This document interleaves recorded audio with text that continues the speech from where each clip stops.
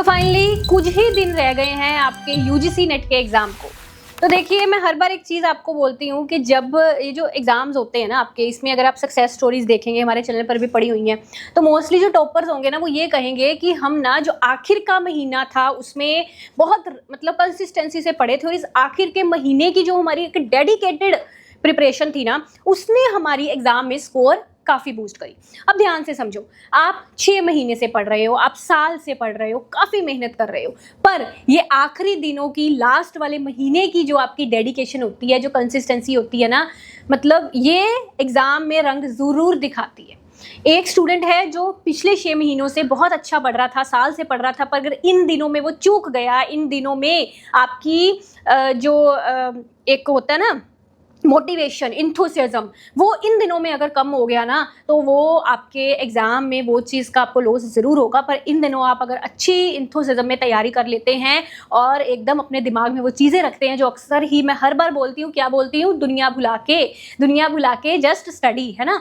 तो इन दिनों में अगर आप वो वाली थिंकिंग से तैयारी करते हो, पूरा डिटर्मिनेशन के साथ, कंसिस्टेंसी के साथ, डेडिकेशन के साथ, डिसिप्लिन के साथ, और एकदम मोटिवेशन से भरे हुए, इंथुसिज्म से भरे हुए, वैसी वाली तैयारी इन दिनों में करते हो, सो उससे आपकी एग्जाम में स्कोर बूस्ट होती है। आखिर का एक महीना, मैं ये नहीं बोल रही कि इस महीने में अभी स्टार्ट करोगे सिलेबस कंप्लीट कर सकोगे सारा, नहीं, वो पॉसिबल नहीं है। बिकॉज एक महीने में पूरा सिलेबस कंप्लीट करना और सभी चीज़ें एकदम कंसेप्चुअल अंडरस्टैंडिंग, ये वो है ना, सब चीज़ें करना बहुत मुश्किल है। और मैं अक्सर ही बोलती हूँ कि अगर आप अभी मेरे कोर्स में एनरोल कर रहे हो तो आप जून 2026 वाले में मत करिए, आप दिसंबर 2026 वाली वैलिडिटी सेलेक्ट करके उसमें जाइए, बिकॉज एक महीने में चीज़ें कवर नहीं होंगी आपसे, है ना। पर कहने का मतलब कि आपने सब चीज़ें कवर कर ली हैं मोस्टली, अभी एक आधा यूनिट बचा हुआ है जैसे भी, है ना। तो इन दिनों अगर एक स्ट्रॉन्ग रिवीजन करोगे, मॉक टेस्ट लगाओगे, प्रीवियस ईयर क्वेश्चंस प्रैक्टिस करोगे, ठीक है, और दिमाग में अपने कंसेप्ट्स को दोहराते रहोगे, तो वो चीज़ आपकी बहुत काम आएगी। सो अगर आपने अपना सारा सिलेबस अब तक कंप्लीट कर भी लिया हुआ है ना, कुछ भी पेंडिंग नहीं है, सब चीज़ें हो भी चुकी हैं, तब भी इन दिनों में आपको वो लेयर मोड में नहीं चले जाना है, पैसिव मोड पे नहीं चले जाना। पैसिव मोड में चले जाने का मतलब, लेयर मोड में चले जाने का मतलब कि बस अब तो मेरी सारी तैयारी हो गई है, अब आराम से बैठते हैं, रिलैक्स करते हैं, वो वाले मूड में आपको नहीं जाना। आपको इस टाइम भी उतनी सेम डेडिकेशन रखनी है, सेम कंसिस्टेंसी। मैं कहूँगी ये ग्राफ ऊपर जाना चाहिए, सेम भी नहीं होना चाहिए, है ना, कि जब तैयारी शुरू की थी उस टाइम जो आपका डेडिकेशन था, इस टाइम का उससे ज्यादा ही होना चाहिए। चाहे सिलेबस कवर हो गया है, रिवीजन पर फोकस करिए, कंसेप्ट्स को दिमाग में बिठाना, ठीक है, पढ़ लिया, ठीक है, अब जो पढ़ी हुई चीजें हैं, समझी हुई चीजें हैं, उनको दिमाग में ऐसे स्टोर करना है कि एग्जाम में वो आए और भूले नहीं, और एग्जाम में जब आए तो कैसे उसको क्वेश्चन को पढ़ के एप्लीकेशन पार्ट उसका समझ के आंसर तक अप्रोच करना है ना। ये अब उन चीजों का टाइम है और इन चीजों में हमको अपना चूकना नहीं है बिल्कुल भी, ठीक है जी। अब यहाँ पे मेरी बात ध्यान से समझो, आपको करना क्या है, स्ट्रैटेजी की बात करते हैं। नए आए हो चैनल पर तो सबसे पहले सब्सक्राइब जरूर कर लीजिएगा, ठीक है। इकोनॉमिक्स के किसी भी कॉम्पिटिटिव एग्जाम की तैयारी कर रहे हैं, एप्लीकेशन डाउनलोड कर सकते हैं, चैनल खोल के हमारी सक्सेस स्टोरीज देख सकते हैं इकोनॉमिक्स के कॉम्पिटिटिव एग्जाम्स में, ठीक है। तो देखिए, आपको क्या करना है, 10 जून तक अराउंड है, आईडी है, 1-2 दिन ऊपर नीचे हो सकते हैं, अराउंड 10 जून तक टारगेट रख लीजिए कि आपने जो भी आपका भी पेंडिंग पोर्शन पड़ा हुआ है ना, मेरे कोर्स के स्टूडेंट्स हैं, अभी एक यूनिट हमारा भी पड़ा हुआ है जो 10 को खत्म होना है ना, तो पड़ी हुई हैं चीज़ें, कुछ टारगेट रखिए, अराउंड 10 तक आपको वो चीज़ें जो है वो सारी कंप्लीट कर लेनी है, यानी कि अपना सिलेबस कंप्लीट कर लेना है। 10 के 10 यूनिट जिसमें हो गई, कंसेप्चुअल क्लैरिटी होगी, और हो सके तो प्रीवियस ईयर क्वेश्चंस की क्लासेस जो हैं आपको करवाई जाती हैं, वो भी आप 10th तक कंप्लीट सारा कर लीजिए, 10th जून तक चीज़ें कंप्लीट कर लीजिए, ठीक है, क्योंकि आपके पास 10 जून के बाद सफिशिएंट दिन बचे, 15-20 दिन हो जिसमें आप एक अच्छी रिवीजन कर सकें, ठीक है, जो आपको मॉक टेस्ट दिए हुए हैं वो आप लगा सकें और एक अच्छी रिवीजन कर सकें। क्योंकि देखो, कम से कम आपको 10 से 15 दिन चाहिए होते हैं एक अच्छी रिवीजन में, और रिवीजन स्ट्रैटेजी वाली पूरी वीडियो मेरी बनी हुई है चैनल पर, आप जरूर देखिएगा। एक एक दिन के अकॉर्डिंग मैंने प्लान बताया हुआ है कि किस दिन आपको कौन सी चीज़ पढ़ के अपना कैसे सारा रिवीजन करना है, ठीक है। क्योंकि ये ना एक बहुत बड़ी प्रॉब्लम है स्टूडेंट्स के लिए कि हम बहुत सारा पढ़ते हैं, अच्छा पढ़ लेते हैं, है ना, और कंसेप्ट क्लैरिटी हो जाती है, सब चीज़ें हो जाती हैं, पर फिर भी एग्जाम में कई बार चीज़ें भूल जाती हैं। हम सोचते हुए इतना पढ़ा था, सब चीज़ें पढ़ के गए थे, एग्जाम में क्यों भूल गई ये चीज़, एग्जाम में क्वेश्चन क्यों नहीं सोल्व हो रहा हमसे, कंसेप्ट हमको समझ है, पढ़ा हुआ है, फिर भी क्वेश्चन क्यों नहीं सोल्व हो रहा और चीज़ें भूल क्यों जा रही हैं, उसके पीछे का कारण ये है आपकी रिवीजन की कमी। रिवीजन बहुत ज़्यादा इंपॉर्टेंट है। आप सक्सेस स्टोरीज जाके सुन लीजिए। स्टूडेंट्स ने बोला कि मैम आखिरी दिनों की रिवीजन अगर बच्चा ना करके जाए, पूरा साल पढ़ता जाए, तो मलियामेट काम होगा एग्जाम में, ठीक है। So that's why revision is must. और इस रिवीजन स्ट्रैटेजी वाली पूरी, जैसे मैंने कहा, वीडियो देख लीजिएगा। 10 से 15 दिन कैसे आपको कौन कौन सी यूनिट को देके थ्री रिवीजन हो जाएंगी आपकी। एक फर्स्ट पार्ट रिवीजन का होता है, फिर सेकंड पार्ट होता है, फिर आखिर के 2-3 दिनों में थर्ड पार्ट रिवीजन का होता है। 3 रिवीजन।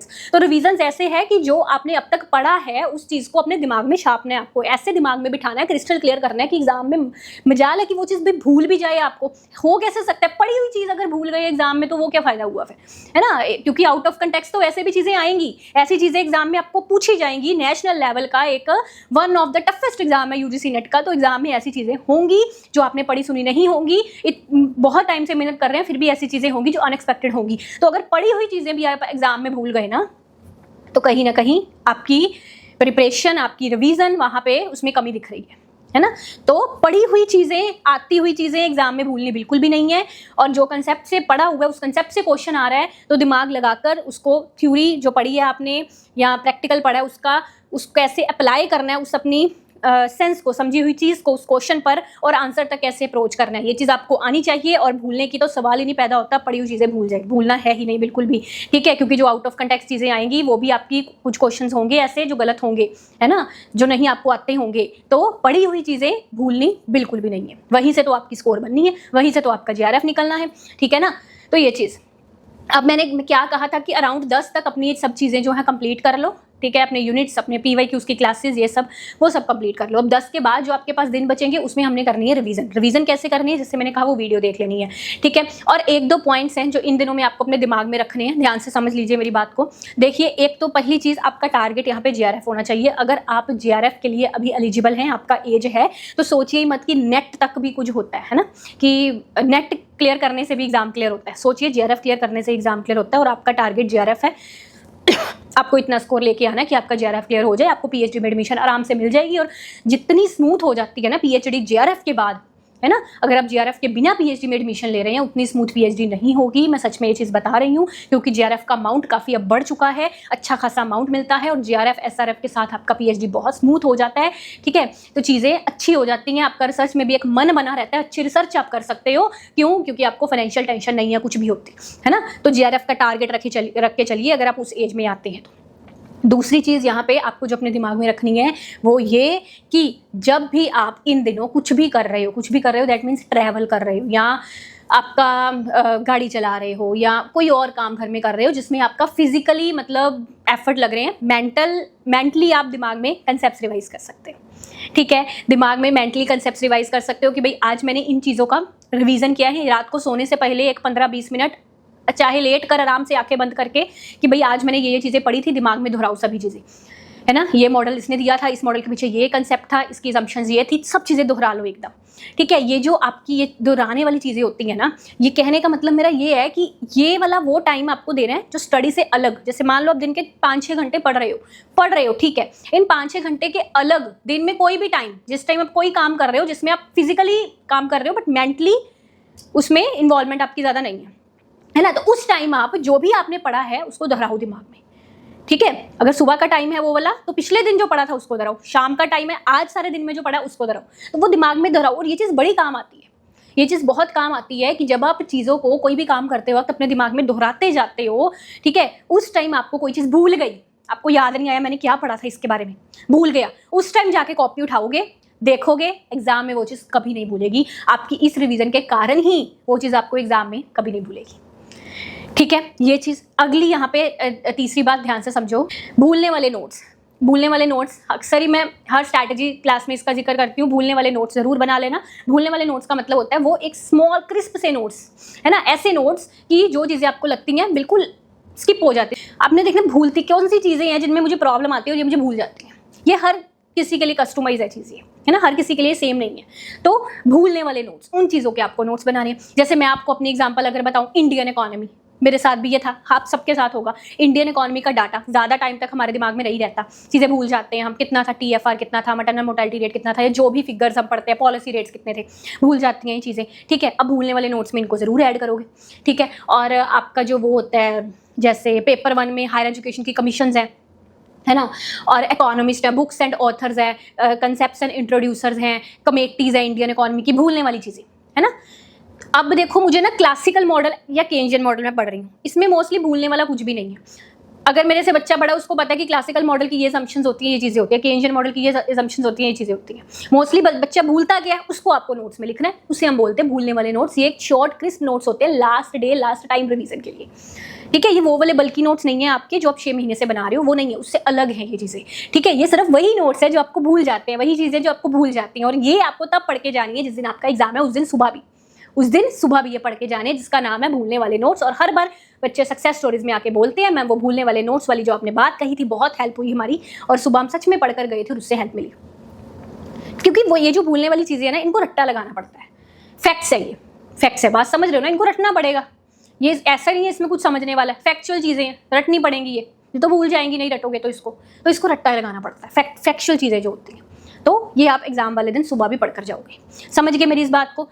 अगली चीज़, the very very important thing, जैसे मैंने वीडियो की स्टार्टिंग में भी बोला था, तो भी बोल रही हूँ कि आपका मोटिवेशन, आपकी कंसिस्टेंसी और आपका डिटर्मिनेशन, आपका डिसिप्लिन, आपका इंथुसिज्म, इन दिनों ऐसा होना चाहिए कि भाई मुझे नहीं पता क्या दुनिया में क्या चल रहा है, आई डोंट नो मेरे इर्द गिर्द क्या हो रहा है। जब पढ़ने बैठ रहे हो तो और मतलब भूल जाओ ना भाई सब कुछ महीने के लिए, सब चीज़ें छोड़ दो। जब JRF हो जाएगा, PhD में एडमिशन मिल जाएगी, तो जितनी खुशी होगी ना उस चीज़ को इमेजिन करके देखो आप खुद, है ना, कि भाई मैं JRF अचीव मैंने कर लिया, मुझे फेलोशिप हर महीने आएगी, PhD में एडमिशन होगी और एक दिन डॉक्टर लग जाएगा नाम के आगे, उसके बाद जो भी है जॉब वगैरह करनी है, कुछ भी करना है ना, तो एकदम एक बार उसके बारे में सोच के देखो, उन चीज़ों के बारे में। दुनिया भूल जाओगे सचमुच, कहोगे कि भाई मुझे इस चीज़ को अचीव करने के लिए कुछ भी करना पड़े मैं करूँगी, है ना। जुट जाओ एकदम मेहनत में। जब उस चीज़ के बारे में सोचोगे अपने आप वो इंथुसिज्म मोटिवेशन आएगा उस चीज़ को अचीव करने का आप में, ठीक है। तो जिसको क्या बोलती हूँ मैं, दुनिया भुला देने वाली स्ट्रैटेजी, ऐसी स्ट्रैटेजी कि आपका लगन, आपका कंसिस्टेंसी, आपका डिटर्मिनेशन है उस तरफ जिस चीज़ को आप अचीव करना चाहते हो, ठीक है, कि आपको अपनी टेंशन इस टाइम पर और सभी चीज़ों से हटाकर सिर्फ एक चीज़ की तरफ जुट जाना है और एक ही चीज़ में आपका इंटरेस्ट होना चाहिए, आपका दिन रात फोकस एक चीज़ पर होना चाहिए और बाकी सभी चीज़ों को भूलकर, है ना। सो इस तरह से आपको काम करना है और मिलते हैं नेक्स्ट क्लास में। मुझे कमेंट्स में बताना आपके कोई भी सवाल हैं, कोई चीज़ आप पूछना चाह रहे हो, है ना, ये जो भी आपके व्यू पॉइंट्स है, आपको लेक्चर अच्छा लगा तब भी बता देना और सब्सक्राइब कर लेना अगर न्यू आए हो चैनल पर, और कि इकोनॉमिक्स के किसी भी एग्जाम की तैयारी कर रहे हो with best guidance, best resources and best faculty के साथ हमारे साथ तैयारी कर सकते हो MS स्टडी गुरु एप्लीकेशन डाउनलोड करके। Best of luck.